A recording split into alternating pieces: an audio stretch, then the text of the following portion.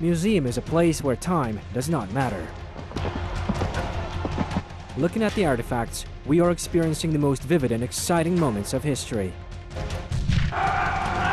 The program Secrets of Museums on Kazakh TV channel.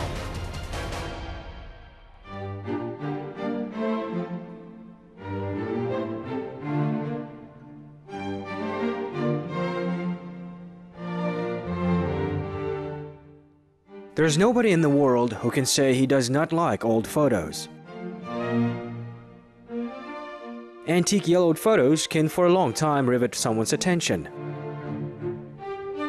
But mostly, we look at the features of our ancestors.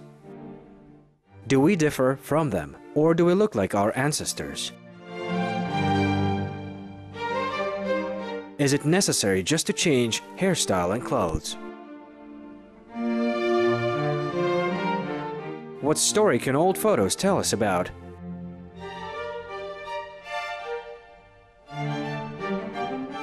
Some could tell interesting stories.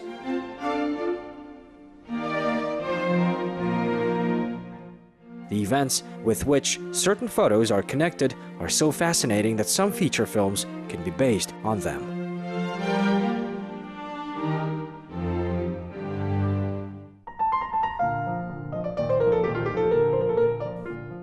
This photo, for instance, was taken in 1858 in Semipalatinsk. It depicts two close friends, the traveler and the scientist Shokan Walikhanov, and the writer Fyodor Dostoyevsky. Researchers believe that this photo was taken as if by chance, since friends do not pose specially. It can be seen that Shokan Walikhanov was going to take the dagger with another hand, and Dostoyevsky was as if taking something, but his conversation was interrupted. This photo was much liked by our contemporaries. Afterwards, a sculptural composition was made inspired by this photo, and it was erected decades later in the city of Semipalatinsk. The photo was unlikely to have been taken outside the photo studio. After all, in the mid-19th century, in order to capture own image, people specially came to photographers. On this occasion, they chose the day, dressed elegantly, and sat in a chair, taking the appropriate facial expression.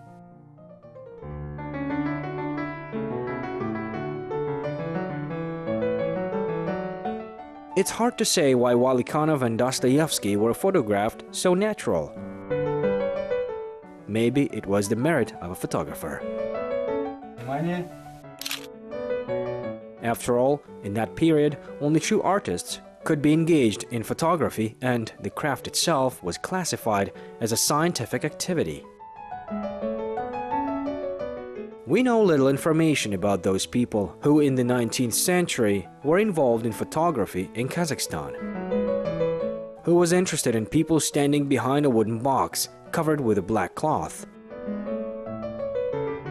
Their names are forgotten by history, but we can learn about some of them from the old archives.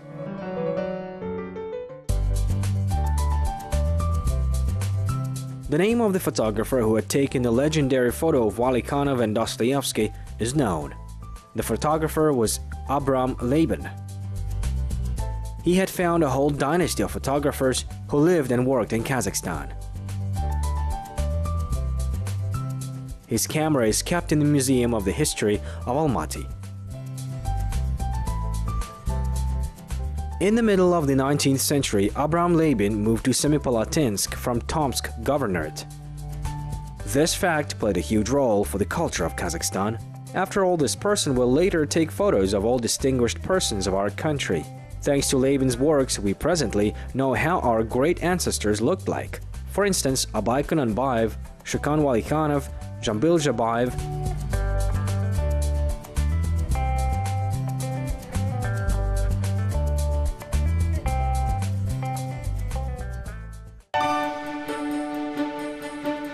World discoveries in the field of image fixation were made by the middle of the 19th century. It can be said that in Kazakhstan, photos were started to be printed at the same time as in progressive countries. it was a laborious and complicated process. Special knowledge was required in the field of chemistry, where a careful preparation of plates, reagents, and solutions was necessary. Before taking a photo, the glass plate was coated with a liquid collodion, a solution of pyroxylin in a mixture of alcohol with ether and iodine salts. When the collodion solidified, the plate was lowered into a solution of silver. The formed layer became light sensitive. Then the negative was developed and fixed in chemical compositions.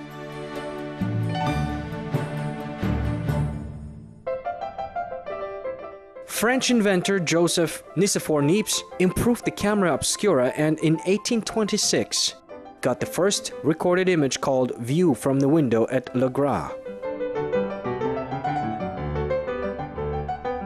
Another French photographer, Louis Daguerre, improved the technology and invented the daguerreotype method.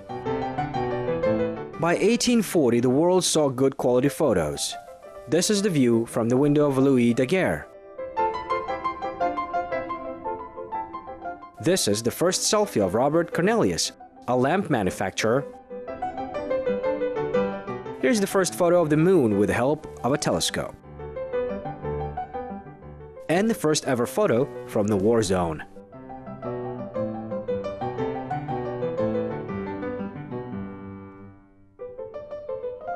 Cameras in that era weighed 50 kilograms and had plates of huge size.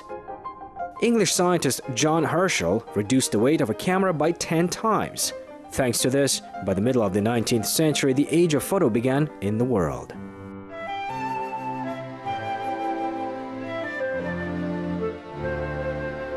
Kazakhstan also made some achievements in photography. There were portraits, landscapes, and even photo reports. It was always lively in the photo studios. There was unpretentious atmosphere. Representatives of all classes and nationalities were seated on the chairs.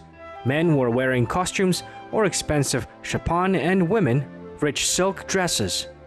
The Kazakh Khans and the Russian merchants, old people and children came to be photographed. All these people have become a part of our history depicted on old negatives. Some of the photos taken by chance also depicted the outstanding Kazakhs. Once a research expedition photographed the foothills of the Kangas mountain range. The photographer noticed a man with a golden eagle and could not help capturing the local ethnic man. Only decades later, scientists found out that this is a photo of the Kazakh poet and writer Shakarim Kudaiberdiyev.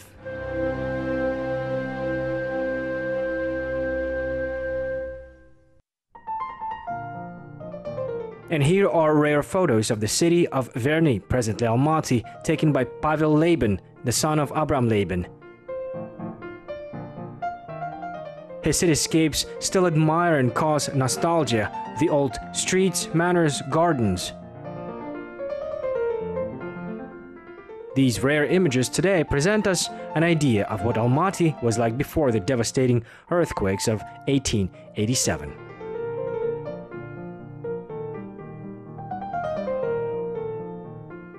Years passed by, people stepped into the 20th century. The art of photography was developing well. There were many masters who went to the distant villages to take photos of local residents. This business brought more profit than any other craft. Although the cost of related materials was also considerable, and the profession itself is not easy. At that time, portable devices that could be put in a travel bag were not yet invented. A photographer had to go on a long journey with a bulky camera, a heavy tarpaulin tent, which was used as a laboratory for the manufacture of photographic plates. All this was packed into boxes and sent to a town on pack animals. In addition, it was necessary to take food and other essentials in the journey. Boxes did not save the glass from cracks, therefore it took much time to handle the baggage. But, most importantly, It was necessary to keep the developed plates from damage so that to deliver them perfectly safe to the nearest city. Otherwise, delivery in a bad condition could destroy all day long work. Nobody knows how it was possible to make way through the rocks and cross the rapid mountain rivers with all this cargo.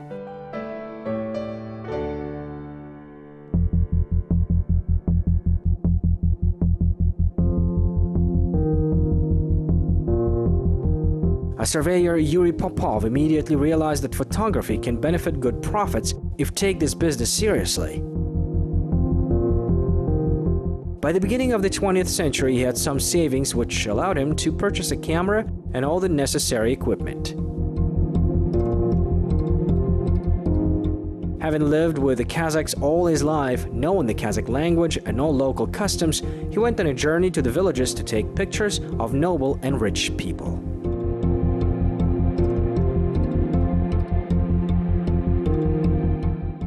His photos were in good demand. Every rich man or a merchant were ready to pay a lot of money for a photo with their family. But once in the Kazakh village, a curious situation happened to Popov. He described it in his travel notes.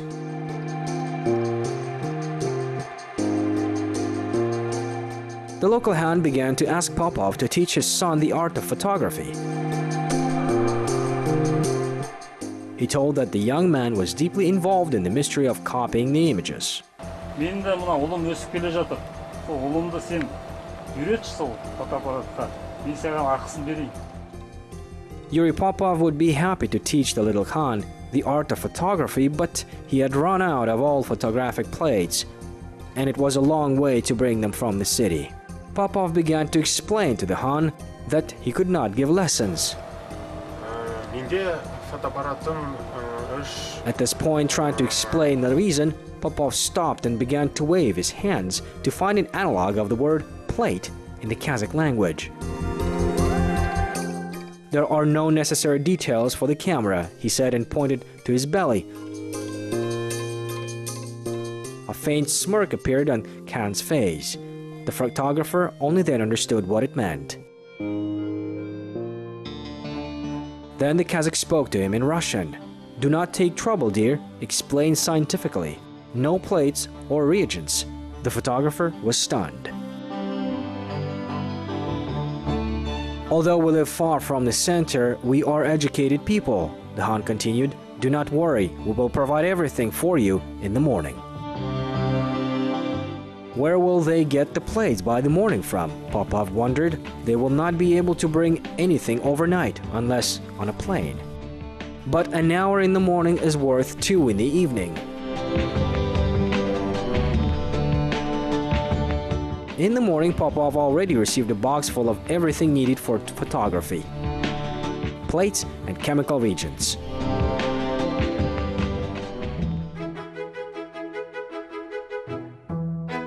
Without waiting for the photographer's question, the Han explained that he had bought all the details a long time ago. He waited only for a good teacher. "My son takes good photos, but only indistinct.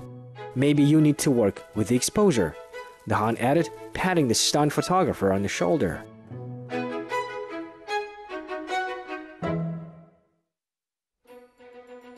It was not easy to get a distinct photo in that period. The sky became monotonous and light, and the plants seemed a dark spot. Heat, frost, dust in the air, even the wind very much interfered taking photos. One can only imagine the difficulties that the photographers had to face in order to cope with their work. The era of aerial photography began. Our masters also strived to succeed in it. The first pictures of Kazakhstan from a bird's eye view were made by the grandson of the famous photographer Laban. He flew on the plane, which was the first in the history of the region. It is impossible to imagine how he managed to shoot from an airplane holding a heavy box in hands. This old camera in the museum of the Ministry of Internal Affairs of Kazakhstan can tell no less fascinating story but with the elements of crime.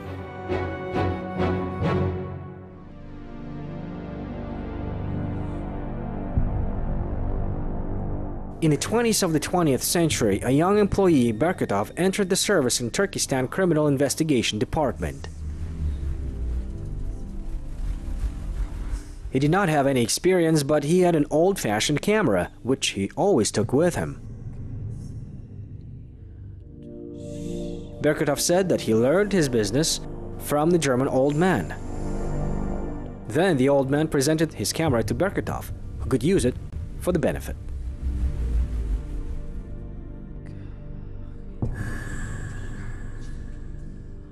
First, Berkutov made portraits of police officers and then began to take the camera for assignments.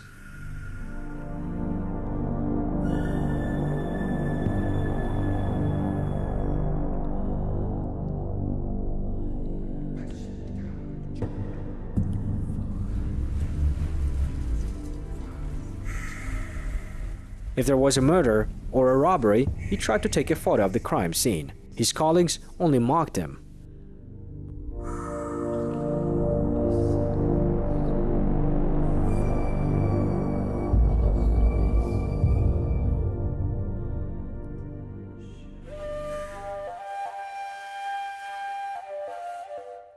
At that troubled times, there were many crimes in the country.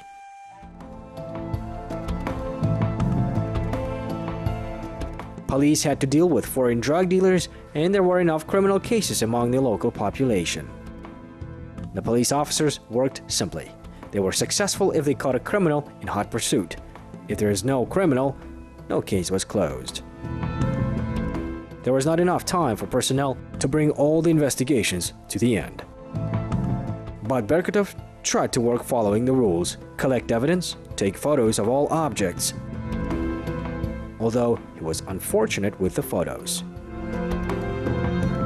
They were not clear, didn't depict small items. It was easier to sketch and document everything in writing. But once the photo accidentally made by his camera nevertheless served a good deed. Although it was not made by Berkutov himself, but by a local boy who was always near the police officer. The son of a farm laborer was so much curious about photography that he always kept walking behind the policeman. He stealthily tried to touch the camera, for which Berkutov gave him a slap. But once, the policeman decided to teach the boy to take photos.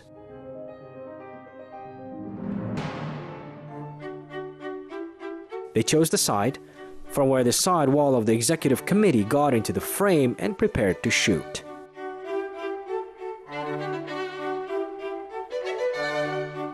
Berkutov abstracted himself for a little. He had to return to the headquarters for some urgent matter, and the boy decided that he would take the photos himself.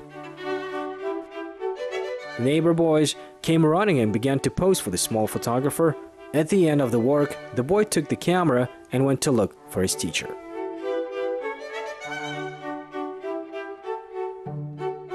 The same day, high-profile murder took place in Turkestan. The chief of the executive committee was killed right in his own office. The criminals aimed first to steal a safe with money and documents. The criminals began to throw the iron safe through the fence of the executive committee just when that young boy was taking photos.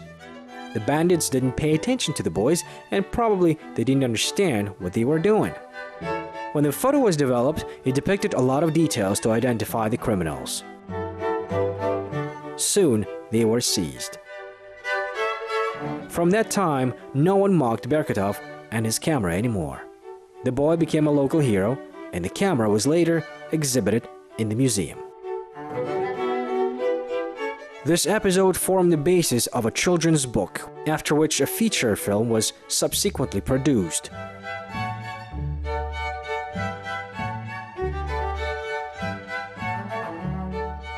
Old photos to this day attract attention with an unknown force. We're trying to look through the faces of a bygone era to catch something familiar in their features. The first photographers were real professionals in their field, and their works represented great art.